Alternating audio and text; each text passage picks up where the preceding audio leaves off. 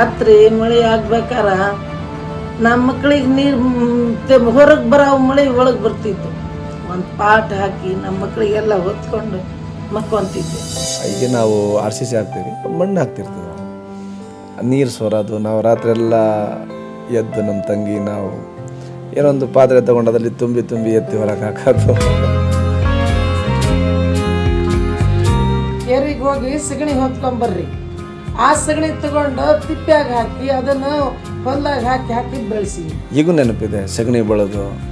ಆ ಸಗಣಿ ತೊಗೊಂಡೋಗಿ ತಿಪ್ಪೆ ಗುಂಡೆಗೆ ಹಾಕಿ ಆಮೇಲೆ ಇಮಿಡಿಯೇಟ್ಲಿ ಬಂದು ಸ್ವಲ್ಪ ನೀರಿಗಿರೆಲ್ಲ ತುಂಬಿ ಸ್ನಾನ ಮಾಡಿಕೊಂಡು ಎಮರ್ಜೆನ್ಸಿಯಲ್ಲಿ ಮತ್ತು ಮಧ್ಯಾಹ್ನದ ಊಟ ತೊಗೊಂಡು ಓಡಿ ಹೋಗ್ತಿದ್ವಿ, ಲೇಟ್ ಆಯಿತು ಸ್ಕೂಲಿಗೆ ಅಂತ.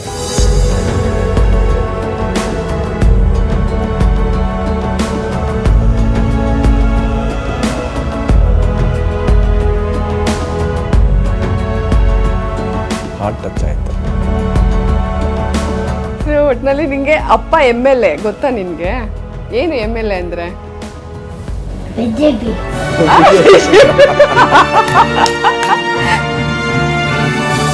ಆ್ಯಕ್ಚುಲಿ ಇದೆಲ್ಲ ನಿಮಗೆ ಬಹುಶಃ ನಿಮ್ಮ ಬಾಲ್ಯದಿಂದ ಬಂದಿದೆ ಅನಿಸುತ್ತೆ. ಬಾಲ್ಯದಲ್ಲಿ ನೀವು ನೋಡಿದಂತಹ ಕಷ್ಟಗಳು, ಬೆಳೆದಂತಹ ವಾತಾವರಣ, ತಂದೆ ತಾಯಿ. ಸೊ ಈಗ ನಿಮ್ಮನ್ನು ನೋಡಿ ಅವ್ರು ಎಷ್ಟು ಖುಷಿ ಪಡ್ತಾರೆ ಸರ್, ಆಗಿನ ಪರಿಸ್ಥಿತಿ ಈಗಿನ ಪರಿಸ್ಥಿತಿ ಬದಲಾದಂತಹ ಪರಿಸ್ಥಿತಿನ ನೋಡಿ?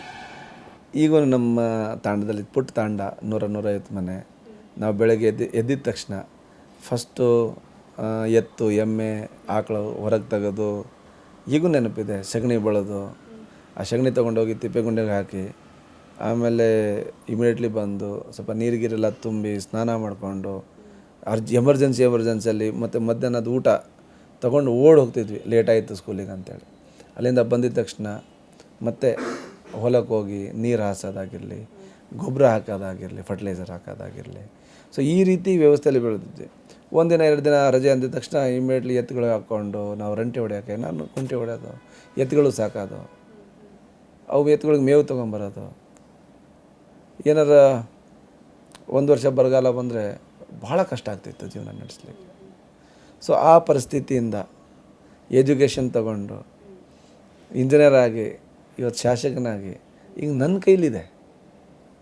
ನಾನೇನು ಕಷ್ಟಪಟ್ಟಿದ್ದೀನಲ್ವ, ಈ ರೀತಿ ಏನು ನನ್ನ ಕ್ಷೇತ್ರದ ಜನತೆಯನ್ನು ಕಷ್ಟಪಡ್ತಾ ಇದ್ದಾರೆ, ಅದರಿಂದ ಅವ್ರನ್ನ ತೆಗೆಯೋದು ಅವಕಾಶ ನನಗೆ ಸಿಕ್ಕಿದೆ.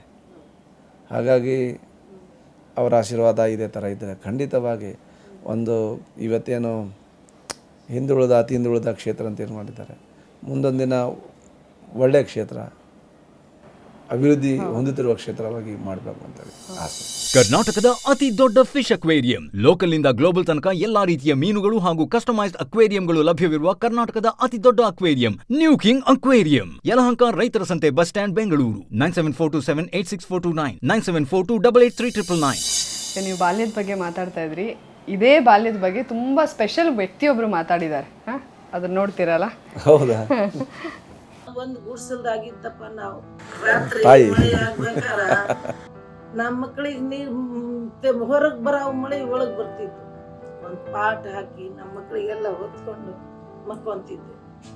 ರಾತ್ರಿ ಅವು ಮೇಲ್ ಮುಗ್ದಿ ಮನೆ ಮುಂಚಾಗ ಎಜ್ಜ ಮೇಲೆ ಹಚ್ಬಿಡ್ತಿದ್ದೆ. ನನ್ನ ಮಗಕ್ಕೆ ನೀರು ಬಂತು, ನಮ್ಮ ಮಗ ಮೇಲೆ ನೀರು ಸೋರಿತು ಅಂತಂದು ರಾತ್ರಿ ಮಕ್ಕೊಂತಿದ್ದಲ್ಲ. ನಾವು ಮುಂಚಾಗ ನಾವು ಆ ಬಟ್ಟೆ ಇದ್ದು ಹಿಂಗೆ ಹಾಕೋಣದು, ನೀರು ತುಂಬೋದು ಹೊರಗೆ ಚೆಲ್ಲೋದು, ನೀರು ತುಂಬೋದು ಹೊರಗೆ ಚೆಲ್ಲೋದು ಅಂತದು ಮಾಡ್ತೀವಿ. ಈಗ ನಾವು ಇದ್ದಾಗ ಏನಪ್ಪ ಅಂದ್ರೆ ಸಣ್ಣ ನೀರ್ಲಿಂದನೇ ನೀರಾವರಿ ಮಾಡ್ಕೊಂತ ಬಂದಿದ್ವಿ. ಅದು ನೀರಾವರಿ ಮಾಡ್ಕೊಂತ ಬಂದಿದ್ವಲ್ಲ, 70-80 ಚೀಲ ಜೋಳ ಆಗೋದು, 2 ಹಗೆವು ತುಂಬ್ತಿದ್ವಿ. ಆತನ ಅಡ್ಮಿಷನ್ ಮಾಡಿಸ್ಬೇಕಾದ್ರೆ 1 ಹಗೆವು ತೆಗೆದು ಮಾರಿ ಅದನ್ನೆಲ್ಲ ಮುಂದೆ ಕಳಿಸ್ತೀವಿ ಅಡ್ಮಿಷನ್ ಮಾಡಿಸಿ.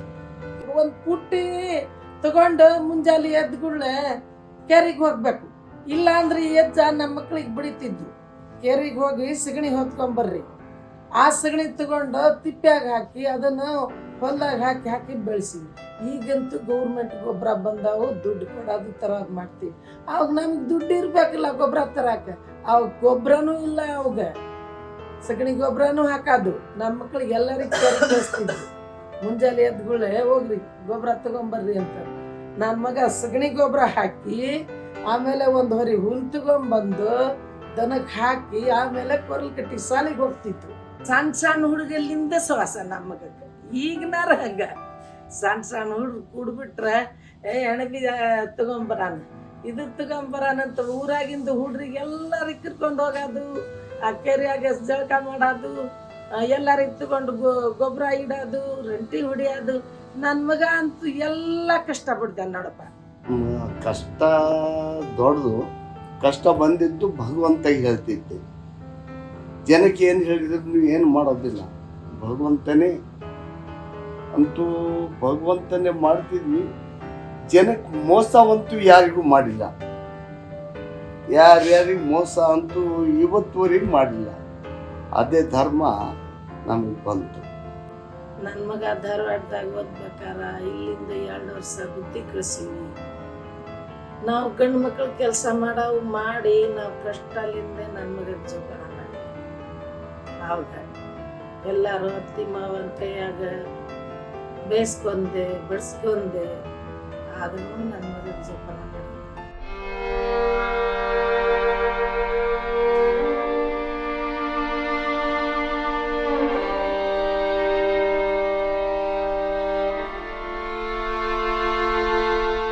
ಇನ್ಮೇಲೆ ನನ್ನ ಮಗ ಚಂದಾಗಿ ಇರ್ಬೇಕಂತ ಬೇಡ್ಕೊತೀವಿ.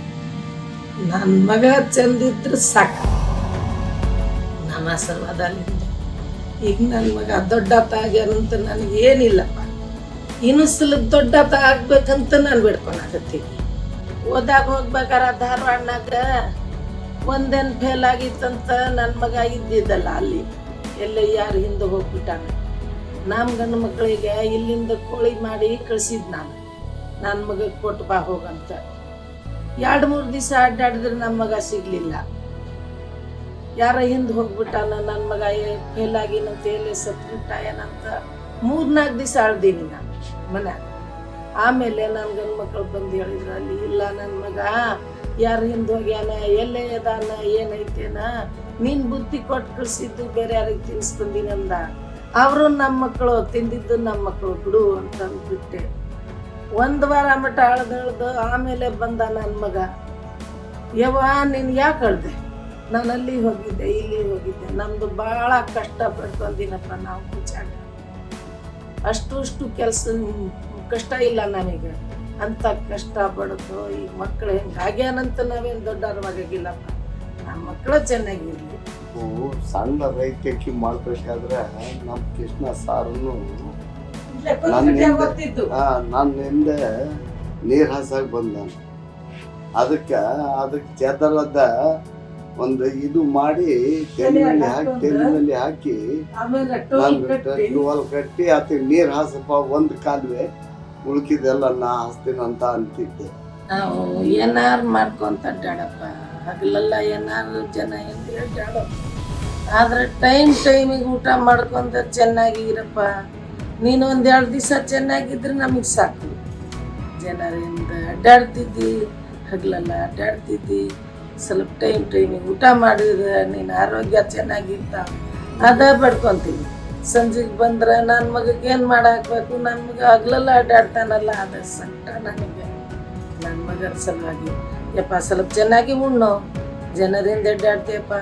ಯಾರು ಬಂದ್ರು ನನ್ನ ಮಗ ಹೊರಗೆ ಹೋಗಂತನ್ನಾರ ಇಲ್ಲ. ಯಾವು ಒಂದು ಸಣ್ಣ ಹುಡುಗ ಬಂದ್ರೂ ಬೇಡಪ್ಪ ಅನ್ನಂಗಿಲ್ಲ. ಎಲ್ಲ ಬೇಕು ಅಂತ ಸಣ್ಣತ ಇದ್ದಾಗ ಎಲ್ಲ ಜನ ಹಿಡ್ಕೊಂಡಿದ್ದಲ್ಲ, ನನ್ನ ಮಗ ಆತನ ಹಿಂದೆ ಜನನೂ ಆತು. ನನ್ನ ಮಗನ ಹಿಂದೆ ನನ್ನ ಮಗ ಯಾವ ದೇವರು ಹುಟ್ಟಿಸಿ ನನ್ನ ಹೊಟ್ಟೆಗೆ ಹಾಕಿದ್ದೇನೋ, ನನ್ನ ಮಗ ಹುಟ್ಟಬೇಕಾರ ದೇವ್ರು ಹುಟ್ಟಂಗೆ ಹುಟ್ಟಾನ. ತುಂಬ ಹಾರ್ಟ್ ಟಚ್ ಆಯಿತು. ನಮ್ಮ ತಾಯಿ ನಾನು PUC ಓದೋಕೆ ಹೋದಾಗ ನಾನು ಅದೇ ಹೇಳಿದೆ, ನಾವು ಯಾವಾಗಾರ ರಜೆ ಅಂತೇಳಿ ಊರಿಗೆ ಹೋದಾಗ ಮಳೆ ಏನಾದ್ರು ಬಂದರೆ ಅವಾಗ ಮೇಲೆ ಈಗ ನಾವು RCC ಹಾಕ್ತೀವಿ, ಮಣ್ಣು ಹಾಕ್ತಿರ್ತದೆ, ನೀರು ಸೋರೋದು. ನಾವು ರಾತ್ರಿ ಎಲ್ಲ ಎದ್ದು ನಮ್ಮ ತಂಗಿ ನಾವು ಏನೊಂದು ಪಾತ್ರೆ ತೊಗೊಂಡು ಅದರಲ್ಲಿ ತುಂಬಿ ಎತ್ತಿ ಹೊರಗೆ ಹಾಕೋದು. ಆಮೇಲೆ ಮತ್ತೆ ಅವ್ರು ಅವಾಗೆ ಆ ಮಳೆಯಲ್ಲಿ ತಂದೆಗೆ ಮೇಲೆ ಹೋಗ್ರಿ ಮಕ್ಕಳು ಇದು ಮಾಡ್ತಾ ಇದ್ದಾರೆ ಅಂತೇಳಿ, ಏನೋ ಒಂದು ಸ್ವಲ್ಪ ಜಾಗ ಸಿಗ್ಬೋದು ಅಲ್ಲಿ ಇಲ್ಲಿ ಮಲ್ಗಕ್ಕಂತೇಳಿ ಆ ಥರ ಮಾಡಿದ್ವಿ. ಅದಾದಮೇಲೆ ನಾನು 1 ವರ್ಷ ಮುಗಿದ್ಮೇಲೆ ನೆಕ್ಸ್ಟ್ ವರ್ಷ ಅಡ್ಮಿಷನ್ಗೆ ದುಡ್ಡು ಬೇಕಂತೇಳಿ ಮಧ್ಯದಾಗ ನನಗೇನು summer holiday, summer camp, summer ಏನು ಮಾಡ್ತಾರೆ ಆ ಸಮಯದಲ್ಲಿ ನನಗೆ 1 ತಿಂಗಳ ಸಮಯ ಸಿಗ್ತಿತ್ತು ಅಂತೇಳಿ ನಾನು ದುಡಿಯೋಕೆ ಹೋಗ್ತಿದ್ದೆ. ನಾನು ಇಂಜಿನಿಯರಿಂಗ್ ಕೂಡ ಮಾಡುವಾಗ ಇಯರ್ ಅಂದರೆ ಸೆಮ್ ಮುಗಿದ ತಕ್ಷಣ ಯಾವುದಾದ್ರು ಇವೆಂಟ್ ನಡೀತವೆ ನೋಡ್ತಿದ್ದೆ ನಾನು. ಯಾವ ದೊಡ್ಡ ಇವೆಂಟು, ಎಕ್ಸಿಬಿಷನ್ಸ್ ಏನೋ ನಡೆದ್ರೆ ನಾನು ಹೋಗ್ತಿದ್ದೆ ಡೇಲಲ್ಲಿ ಕೆಲಸ ಮಾಡೋಕ್ಕೆ. ಅಟ್ಲೀಸ್ಟ್ ಅದೊಂದು ಸ್ವಲ್ಪ ದುಡ್ಡು ಬಂದರೆ ಅಡ್ಮಿಷನ್ಗೆ ಆಯಿತು, ಯಾವುದಕ್ಕೊಂದು ಹೆಲ್ಪ್ ಆಗಲಿ ಅಂತೇಳಿ. ಸೊ ಭಾಳ ಈಗೇನನ್ಸುತ್ತೆ, ತಾಯಿ ಹೇಳ್ದಂಗೆ ನಿಜ, ಅವರು ಬೆಳಗ್ಗೆ ಎದ್ದ ತಕ್ಷಣ ಹಾಲು ಮಾರಿ ಬಂದಿದ್ದ ದುಡ್ಡನ್ನು ನನಗೆ ಇಲ್ಲಿಂದನೇ ಕಳಿಸ್ತಿದ್ಲು.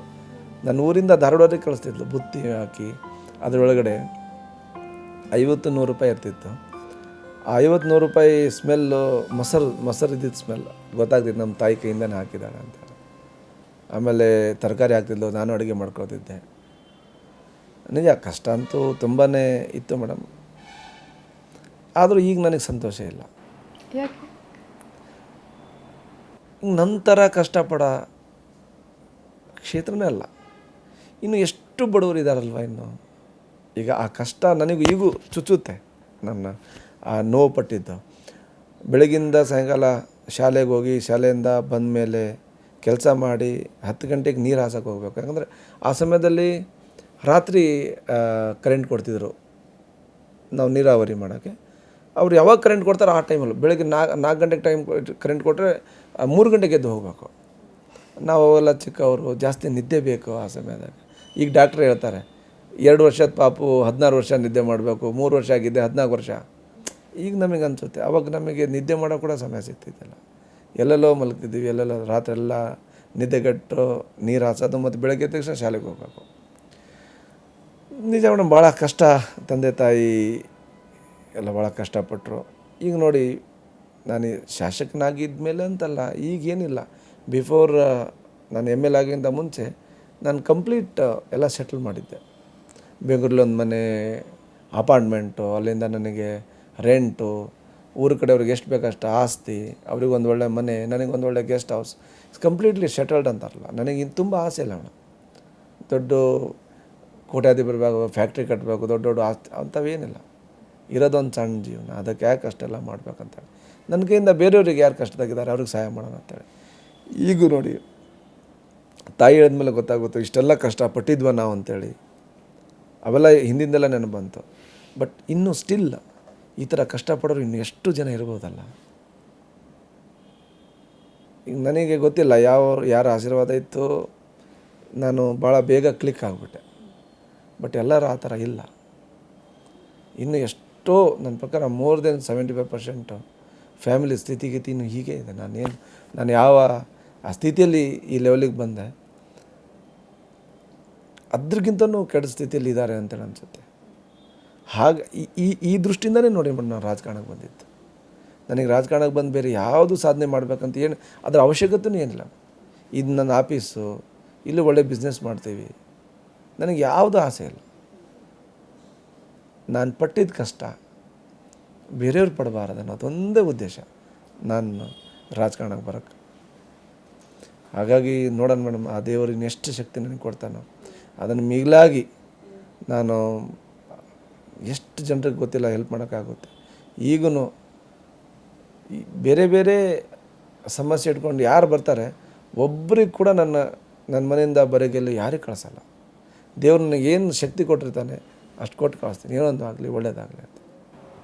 ನಿಜ ಸರ್. ಆ್ಯಕ್ಚುಲಿ ಇವತ್ತು ನೀವು ಈ ರೀತಿ ಇರೋದಕ್ಕೆ ಕಾರಣ ನೀವು ಬೆಳೆದು ಬಂದಂತಹ ರೀತಿ ಕಷ್ಟನ ಕಂಡಿದ್ದೀರಾ. ಹಾಗಾಗಿ ನಂತರ ಇನ್ಯಾರು ಕಷ್ಟ ಪಡಬಾರ್ದು ಅಂತ ಹೇಳಿ ನಿಮ್ಮ ಹೃದಯ ಮಿಡಿಯುತ್ತಲ್ಲ. ಉದಾಹರಣೆ ನಾನು ಯಾರೋ ಸ್ನೇಹಿತರು ನೋಡೋಕ್ಕೆ SS ಹಾಸ್ಪಿಟಲ್ ದಾವಣಗೆರೆಗೆ ಹೋಗಿದ್ದೆ. ಅವ್ರು ನೋಡಿ ಮಾತಾಡ್ಕೊಂಡು ಹೊರಗೆ ಬರುವಾಗ ಯಾರೋ ಪಾಪ ಮಿಡ್ಲ್ ಏಜ್ ಪರ್ಸನ್ ಎತ್ಕೊಂಡು ಹೋಗ್ತಾಯಿದ್ರು, ಓಡೋಗ್ತಾಯಿದ್ರು. ಕೇಳಿದೆ ಏನಾಗಿದೆ ಅಂತ. ಹಾರ್ಟ್ ಅಟ್ಯಾಕ್ ಆಗಿದೆ ಅಂತಂದ್ರು. ಆಮೇಲೆ ಇನ್ನೊಬ್ಬರು ಹುಡುಗ ನೋಡ್ತಾ ಇದ್ದ, ಅವನು ನನ್ನ ಕ್ಷೇತ್ರದವನು. ನಾನು ಏನಾಯ್ತು ಅಂದೆ, ಸರ್ ನಮ್ಮೂರವರಿಗೆ ಹಾರ್ಟ್ ಅಟ್ಯಾಕ್ ಆಗಿದೆ, ಮದುವೆಗೆ ಬಂದಿದ್ದಾರೆ, ಯಾರೂ ಇಲ್ಲ, ಹಾರ್ಟ್ ಅಟ್ಯಾಕ್ ಆಗಿದೆ ಅಂತ. ಒಳಗೆ ಹೋಗಿ ನೋಡ್ತಾ ಇದ್ದೀನಿ, ಒಳಗೆ ತಗೊಳ್ತಾ ಇಲ್ಲ. ನಾನಂದೆ ಹಾರ್ಟ್ ಅಟ್ಯಾಕ್ ಆಗಿದೆ ಡಾಕ್ಟರ್, ಟ್ರೀಟ್ಮೆಂಟ್ ಕೊಡಿ ಅಂತೇಳಿ. ಇಲ್ಲ ಸರ್ ಅವ್ರ ಮನೆಯವ್ರು ಬರಬೇಕಲ್ವ ಅಂತ. ನಾನು ಮನೆ ಬರೋಕ್ಕೆ 2-3 ತಾಸು ಬೇಕು. ಇಲ್ಲ ಸರ್ ಅಲ್ಲಿ ದುಡ್ಡು ಕಟ್ಟಬೇಕು ಅಂತ. ನಾನಂದ್ರೆ ನಾನು ದುಡ್ಡು ಕಟ್ತೀನಿ, ಫಸ್ಟ್ ಟ್ರೀಟ್ಮೆಂಟಲ್ಲಿ ತೊಗೊಳ್ಳಿ ಮಾಡಿ ಅಂತೇಳಿ. ಅವ್ರು ಯಾರಂತನೂ ಗೊತ್ತಿಲ್ಲ. ಆಮೇಲೆ ಇಮಿಡಿಯೇಟ್ಲಿ ಅವ್ರು 35,000 ಕಟ್ಟಿ ಅಂದರು, 50,000 ಕಟ್ಟಿದೆ. ಇನ್ನೂ ಬೇಕಾ ನಾನು ಫೋನ್ ನನಗೆ ಮಾಡಿ ಅಂತೇಳಿ. ಬಟ್ ಅವ್ರ ಪ್ರಾಣ ಉಳಿಸಿ ಅಂತೇಳಿ. ಅವರು ರಿಕವರಿ ಆದರು. ಆ ಟೈಮಲ್ಲಿ ನಾವೇನಾದ್ರು ಹೋಗಲಿಲ್ಲ ಅಂತಂದರೆ ಉಳಿತಿದ್ದಿಲ್ಲ. ಮೊನ್ನೆ ಒಂದು ನನ್ನ ಕಾರ್ಯಕರ್ತ, ನನ್ನ ಹುಡುಗ ಫೋನ್ ಮಾಡ್ದ, ಸರ್ ಅವಳಿ ಜೋಡಿ 2 ಪಾಪು ಹುಟ್ಟಿದೆ, 1 ಪಾಪು ಸತ್ತೋಗಿದೆ, ಇನ್ನೊಂದು ಪಾಪು 1 kg ಇದೆ, ವೆರಿ ಕ್ರಿಟಿಕಲ್, ಅಳಕತ್ತಾನೆ. ನನ್ನ ಮಿಸ್ಸಸ್ಸು ಬದುಕೋ ಪರಿಸ್ಥಿತಿಲಿಲ್ಲ ಸರ್, ಅದಕ್ಕೆ SS ಹಾಸ್ಪಿಟ್ಲಿಗೆ ಹಾಕಬೇಕಂತ ಹೇಳ್ತಿದ್ದಾರೆ, ಹಾಕ್ತಾ ಇದ್ದೀನಿ ಸರ್, ನನ್ನ ಹತ್ರ ₹1 ದುಡ್ಡಿಲ್ಲ ಸರ್, ನಾನು ಏನು ನಿಮ್ಮ ಫೋಟೋ ನಾನು ಇಟ್ಟು ನನ್ನ ಜೀವ ಇರೋವರೆಗೆ ಪೂಜೆ ಮಾಡ್ತಾನಂತೆ. ನೀನು ಫಸ್ಟ್ ಅಡ್ಮಿಷನ್ ಮಾಡಿಸು, ಅದು ಎಷ್ಟೇ ದುಡ್ಡು ಬರಲಿ ನಾನು ನೋಡ್ತೀನಿ, ನೀನು ಆ ಪಾಪು ಮತ್ತು ನಿನ್ನ ಮಿಸ್ಸಸ್ ಉಳಿಸು.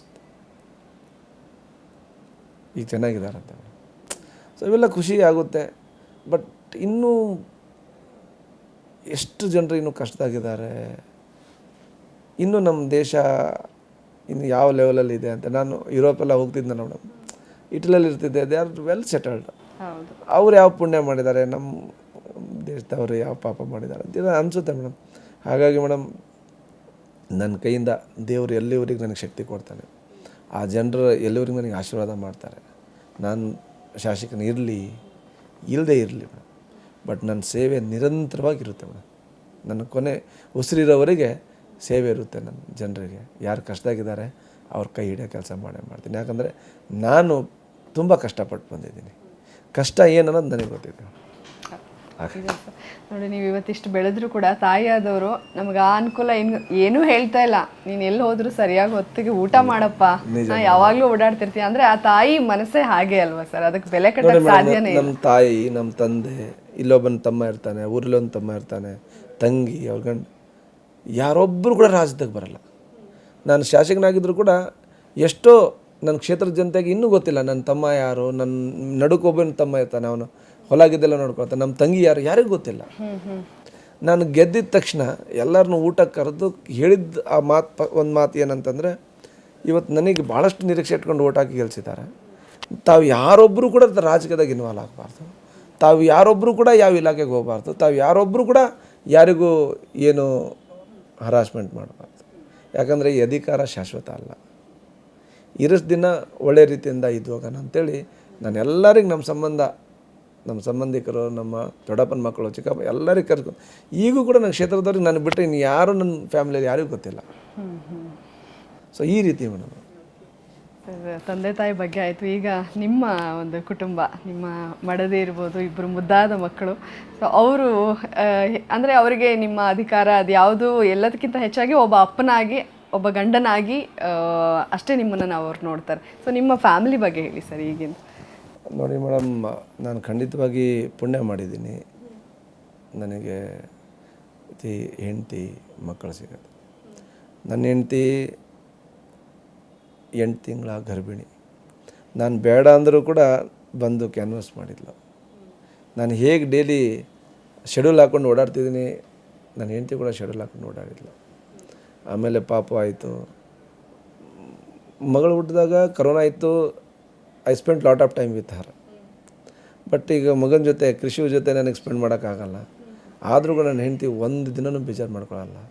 ಏನಂತಾಳೆ, ಜೀವನ ಪೂರ್ತಿ ಇದೆ ಇವ್ರ ಜೊತೆ ನಾವು ಇರೋಕ್ಕೆ.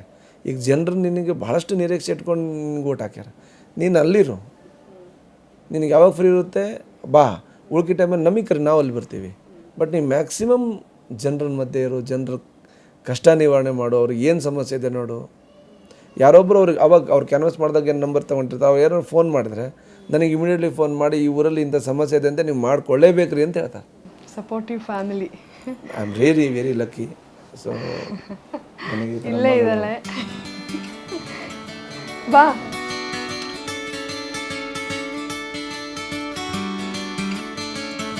Very cute doll.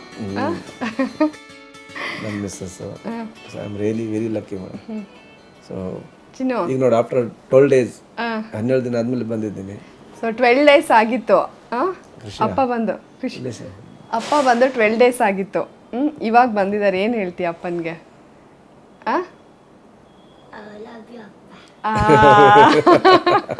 ಮಿಸ್ ಮಾಡ್ಕೊಂಡ 12 days? You miss him? ಮನೇಲಿದ್ದಾಗ ಹೆಂಗಿರ್ತಾರೆ ನಿನ್ನ ಜೊತೆ ಅಪ್ಪ? ಆಟ ಆಡ್ತಾರಾ? ಏನು ಆಟ ಆಡ್ತಾರೆ ನಿನ್ನ ಜೊತೆ? ಇವಾಗ ನೀನು ಆಟ ಆಡ್ತಿದ್ಯಲ್ಲ, ಈ ಥರ ಎಲ್ಲ ಆಟ ಆಡ್ತಾರ ಅಪ್ಪ? ಎಲ್ಲೆಲ್ಲಿ ಕರ್ಕೊಂಡು ಹೋಗ್ತಾರಪ್ಪ? ಎಲ್ಲೆಲ್ಲಿ ಕರ್ಕೊಂಡು ಹೋಗ್ತಾರೆ?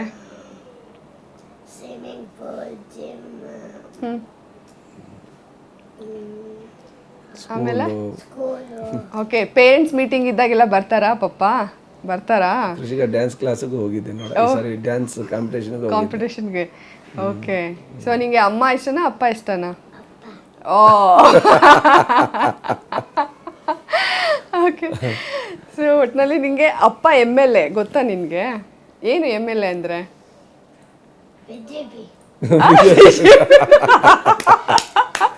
BJP ಅಂದ್ರೇನು? ಅವಳಿಗೆ ಅಷ್ಟೇ. ಓಕೆ, ಒಟ್ಟಿನಲ್ಲಿ ತುಂಬ ಖುಷಿ ಆಗುತ್ತೆ ಸರ್. ಇಬ್ರು ಮಕ್ಕಳು ಎಲ್ಲರ ಜೊತೆ ಎಷ್ಟು ಚೆನ್ನಾಗಿ ಮಿಂಗಲ್ ಆಗ್ತಾರೆ ಅವರು. ಈಗ ನೀವೇ ಒಂದು ಇಷ್ಟು ಯಂಗ್ಸ್ಟರ್ ಆಗಿದ್ದು ನಿಮ್ಮ ಬಿಹೇವಿಯರೇ ನಮಗೆ ಒಂಥರ ಆಶ್ಚರ್ಯ ಆಗುತ್ತೆ, ಖುಷಿ ಆಗುತ್ತೆ. ನಿಮ್ಮ ಮಕ್ಕಳು ಕೂಡ ಹಾಗೆ, ಯಾಕಂದ್ರೆ ಮನೆ ಪರಿಸರ ಹೆಂಗಿರುತ್ತೋ ಹಾಗೆ ಅವರು ಹೊಂದ್ಕೊಳ್ಳೋದು. ಇವಳು ಎಷ್ಟು ಮೆಚೂರ್ಡ್ ಇದ್ದಾಳೆ ಅಂದ್ರೆ ಅವಳಿಗೆಲ್ಲ ಗೊತ್ತು ಮನೆಯಲ್ಲಿ ಯಾರ್ಯಾರು ಏನೇನು ಕೆಲಸ ಮಾಡ್ತಾರೆ, ಇದು ಅವ್ರು ಮಾಡ್ತಾರಾ ಇಲ್ವಾ, ಮತ್ತೆ ಆ ಮಿಂಗಲಿಂಗ್ ಎಲ್ಲರ ಜೊತೆ ಬೆರೆಯೋದು, ಅದೆಲ್ಲ ಬಹಳ ಖುಷಿ ಆಗುತ್ತೆ. ಸೊ ಒಳ್ಳೆ ಸಪೋರ್ಟಿವ್ ಫ್ಯಾಮಿಲಿ ಸಿಕ್ಕಿದೆ. You are blessed sir. ತಂದೆ ತಾಯಿ ಆಶೀರ್ವಾದ ಯಾವತ್ತೂ ಇರುತ್ತೆ. ಮತ್ತೆ ಕ್ಷೇತ್ರಕ್ಕೆ ಬಂದಾಗ ನೀವು ಏನು ಒಂದು ಸಮುದಾಯದ ಓಲೈಕೆ ಅಲ್ಲ, ಎಲ್ಲ ಸಮುದಾಯನೂ ಒಟ್ಟಿಗೆ ತಗೊಂಡು ಹೋಗ್ತೀರಾ. ಅದಕ್ಕೆ ಸಾಕ್ಷಿ ಅಂದ್ರೆ ಎಲ್ಲ ಸಮುದಾಯದ ಧಾರ್ಮಿಕ ಮುಖಂಡರು ನಿಮ್ಮನ್ನ ಎಷ್ಟು ಹಾಡು ಹೊಗಳ್ತಾ ಇದ್ರು. ಹೌದು ಮೇಡಮ್. ನಾನು ಈಗೂ ಕೂಡ ಬಹಳಷ್ಟು ನನ್ನ ಲೀಡರ್ಗಳು ಅವ್ರು ಯಾವ ಸಮುದಾಯದವರು, ಅವ್ರು ಯಾವ ಸಮಾಜಕ್ಕೆ ಸೇರಿದವರು ಅಂತ ಈಗೂ ನನಗೆ ಗೊತ್ತಿಲ್ಲ. ಓಕೆ, ಬಟ್ ಸಮಾಜ, ವ್ಯಕ್ತಿತ್ವ, ಕೆಲಸ ಅಷ್ಟೇ, ಅದು ಇಂಪಾರ್ಟೆಂಟ್ ಮೇಡಮ್. ನಾನು ಅದು ಯಾವಾಗೂ ನೋಡಿಲ್ಲ ಮೇಡಮ್, ನನಗೆ ಯಾರೇ ಇರಲಿ. ನಿಜ ಸರ್. ಈಗ BJP ಪಕ್ಷ ತಗೊಂಡ್ರೆ ನಿಮ್ಮ ಹೈಕಮಾಂಡ್ ನಾಯಕರು ನಮ್ಮ ನರೇಂದ್ರ ಮೋದಿಜಿ ಅವರು ಯಂಗ್ಸ್ಟರ್ಗಳಿಗೆ ಸಪೋರ್ಟ್ ಮಾಡೋದು, ಯಾಕಂದ್ರೆ ಕ್ರಿಯಾಶೀಲವಾಗಿ ಕೆಲಸ ಮಾಡ್ತಾರೆ ಅಂತ. ಸೊ ನೀವು ಇವಾಗ ಹೇಳ್ತಾ ಇದ್ರಿ ಬೀಜ ಬಿತ್ತಿದ್ದೀನಿ, ಅದೇನೊಂದು 10 ವರ್ಷ ತಗೊಳುತ್ತೆ ಹೆಮ್ಮರವಾಗಿ ಬೆಳೆಯೋದಕ್ಕೆ, ಆ ಫಲವನ್ನ ಉಣ್ಣೋದಕ್ಕೆ ಅಂತ. ಸೊ ನಿಮ್ಮನ್ನ ಬಹಳ ನಿಮ್ಮ ಕೆಲಸನ ಮೆಚ್ಕೊಂಡಿದ್ದಾರೆ. ಇನ್ನು ಮುಂದೆ ಕೂಡ ಅದೇ ರೀತಿಯಾಗಿ ನೀವು ಆಯ್ಕೆಯಾಗಿ ಬಂದು 10 ಕ್ಷೇತ್ರದಲ್ಲಿ, ಸುತ್ತಮುತ್ತಲು 10 ಕ್ಷೇತ್ರದಲ್ಲಿ ನೀವು ಗೆದ್ದು ಬಂದಿದ್ದೀರಾ BJPಯಿಂದ. ಸೊ ಮುಂದಿನ ದಿವಸಗಳಲ್ಲಿ ನೀವು ಕೇವಲ ಶಾಸಕ ಅಷ್ಟೇ ಅಲ್ಲ, ನೀವು ಮಂತ್ರಿ ಆದರೆ ಕೇವಲ ಹೂವಿನ ಹಡಗಲಿ ಅಷ್ಟೇ ಅಲ್ಲ, ಆ ಒಂದು ಡಿಸ್ಟ್ರಿಕ್ಟ್ ಇನ್ಚಾರ್ಜ್ ಆಗ್ತೀರಾ ನೀವು. ಆ ಒಂದು ಜಿಲ್ಲೆನೇ ಅಭಿವೃದ್ಧಿ ಮಾಡೋದಕ್ಕೆ ಇದರಿಂದ ಸಾಕಾರ ಆಗುತ್ತೆ. ಆ ಎಲ್ಲ ದಿನಗಳನ್ನ ನಾವು ನೋಡೋ ಹಾಗೆ ಆಗಲಿ ಸರ್. ತಂದೆ ತಾಯಿ ಆಶೀರ್ವಾದ ನಿಮ್ಮ ಮೇಲೆ ಸದಾ ಇರುತ್ತೆ, ದೇವರ ಆಶೀರ್ವಾದನೂ ಇದೆ. ಸೊ ಅಂತ ನಾನು ಹೇಳ್ತೀನಿ. ಐ ವಿಶ್ ನೀವು ಆದಷ್ಟು ಬೇಗ, ಅಂದರೆ ನಿಮ್ಮ ಒಂದು BJP ಸರ್ಕಾರ ಅಧಿಕಾರಕ್ಕೆ ಬಂದ ಮೇಲೆ ಆ ಭಾಗಕ್ಕೆ ನೀವು ಮಂತ್ರಿ ಆದರೆ ಆ ಭಾಗಕ್ಕೆ ಅನುಕೂಲ. ದೇವರು ನನಗೆ ಯಾವ್ಯಾವ ರೀತಿ ಸೇವೆ ಮಾಡಬೇಕಂತೇಳಿ ಅವ್ರು ಅನ್ಕೊಂಡ್ರೆ ನಾನು ಐ ಡೋಂಟ್ ನೋ ಮೇಡಮ್, ಗೊತ್ತಿಲ್ಲ. ಕರ್ನಾಟಕದ ಅತಿ ದೊಡ್ಡ ಫಿಶ್ ಅಕ್ವೇರಿಯಂ, ಲೋಕಲ್ ನಿಂದ ಗ್ಲೋಬಲ್ ತನಕ ಎಲ್ಲಾ ರೀತಿಯ ಮೀನುಗಳು ಹಾಗೂ ಕಸ್ಟಮೈಸ್ಡ್ ಅಕ್ವೇರಿಯಂಗಳು ಲಭ್ಯವಿರುವ ಕರ್ನಾಟಕದ ಅತಿ ದೊಡ್ಡ aquarium new king aquarium, Yelahanka ರೈತರ ಸಂತೆ ಬಸ್ ಸ್ಟ್ಯಾಂಡ್, ಬೆಂಗಳೂರು. 9742786429 9742883999. ಕೊನೆಯದಾಗಿ ನಮ್ಮ ಜಾನ್ವಿ ಚಾನೆಲ್ ಮೂಲಕ ನಿಮ್ಮ ಕ್ಷೇತ್ರದ ಜನರಿಗೆ ಏನಾದರೂ ಒಂದು ಪ್ರಾಮಿಸ್ ಮಾಡ್ತೀನಿ ಅಂದರೆ ಏನು ಪ್ರಾಮಿಸ್ ಮಾಡ್ತೀರಾ? ಶೈಕ್ಷಣಿಕವಾಗಿ ನನ್ನ ಕೈಯಿಂದ ಎಷ್ಟಾಗುತ್ತೆ, ನಾನು ಏನು ದೇಶ ವಿದೇಶಗಳಲ್ಲೆಲ್ಲ ನೋಡ್ಕೊಂಬಂದಿದ್ದೀನಿ, ನನಗೆ ಎಷ್ಟು ನನ್ನ ಸಾಮರ್ಥ್ಯ ಇದೆ ಅದನ್ನು ಮೀರಿ ಶೈಕ್ಷಣಿಕವಾಗಿ ನಿಮ್ಮ ಮಕ್ಕಳ ಭವಿಷ್ಯ ಕಟ್ತೀನಿ ಅಂತೇಳಿ ನಾನು ಹೇಳ್ತಾ ಇದ್ದೀನಿ. ಎರಡನೇದು, ಇಡೀ ನನ್ನ ಕ್ಷೇತ್ರದ ಜನತೆ ರಾತ್ರಿ ಮಲಗುವಾಗ ನೆಮ್ಮದಿಯಿಂದ ಅವ್ರಿಗೆ ನಿದ್ದೆ ಬರಬೇಕು. ಏನೇ ಜೀವನದಲ್ಲಿ ಆಗಬಾರ್ದು ಅನಾಹುತಗಳು ಆದರೂ ಕೃಷ್ಣ ನಾಯಕ್ ಒಬ್ಬನು ನಮ್ಮ ಜೊತೆ ಇದ್ದಾನೆ, ನಮ್ಮ ಹುಡುಗ ಇದ್ದಾನೆ ಅಂಥೇಳಿ ಅವರಿಗೆ ನನ್ನ ಮೇಲೆ ನಂಬಿಕೆ ಬರಬೇಕು. ಏನೇ ಯಾವುದೇ ರೀತಿ ಅವರ ಸಮಸ್ಯೆ, ಯಾವುದೇ ರೀತಿ ಅವರ ತೊಂದರೆ ಇದ್ದರೂ ಕೂಡ ಅವರು ನೆಮ್ಮದಿಯಿಂದ ಮಲಗಬೇಕು. ನನಗೇನಾರು ತೊಂದರೆ ಆದರೆ, ಏನಾದ್ರು ಸಮಸ್ಯೆ ಆದರೆ ನಮ್ಮ ಹುಡುಗ ಕೃಷ್ಣ ನಾಯಕ್ ಇದ್ದಾನೆ ಅಂಥೇಳಿ ಅವ್ರಿಗೆ ಅನಿಸ್ಬೇಕು. ಆ ರೀತಿ ನಾನು ನಿಮ್ಮ ಜೊತೆ ಇರ್ತೀನಿ ಅಂತ ಹೇಳ್ತೀನಿ. ಧನ್ಯವಾದಗಳು ಸರ್.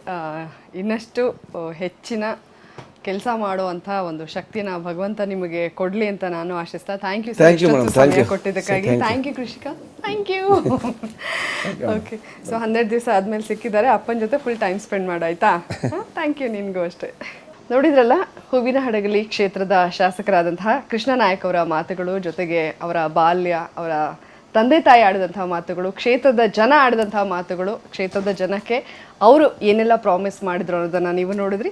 ಇವತ್ತಿನ ಸಂದರ್ಶನ ನಿಮಗೆ ಇಷ್ಟ ಆಗಿದೆ ಅಂತ ಭಾವಿಸ್ತಾ ಇವತ್ತಿನ ಈ ಒಂದು ಕಾರ್ಯಕ್ರಮವನ್ನು ಇಲ್ಲಿಗೆ ಮುಗಿಸ್ತಾ ಇದ್ದೀವಿ. Thank you very much. ಇದುವರೆಗೂ ಜಾನ್ವಿ ಯೂಟ್ಯೂಬ್ ಚಾನಲನ್ನು ಯಾರೆಲ್ಲ ಸಬ್ಸ್ಕ್ರೈಬ್ ಮಾಡಿಲ್ವೋ ಸಬ್ಸ್ಕ್ರೈಬ್ ಮಾಡಿ, ಲೈಕ್ ಮಾಡಿ, ಶೇರ್ ಮಾಡಿ, ಕಮೆಂಟ್ ಮಾಡಿ. ಜೊತೆಗೆ ಹೂವಿನ ಹಡಗಲಿ ಕ್ಷೇತ್ರದ ಎಲ್ಲ ಜನರು ಈ ಒಂದು ಕಾರ್ಯಕ್ರಮನ ನೀವು ನೋಡಬೇಕು. ನಿಮಗೇನು ಅನ್ನಿಸ್ತೆ ಅನ್ನೋದನ್ನು ಕಮೆಂಟ್ ಮಾಡಿ. ಎಲ್ಲ ಕಮೆಂಟ್ಗಳಿಗೂ ಸರ್ ಉತ್ತರ ಕೊಡ್ತಾರೆ.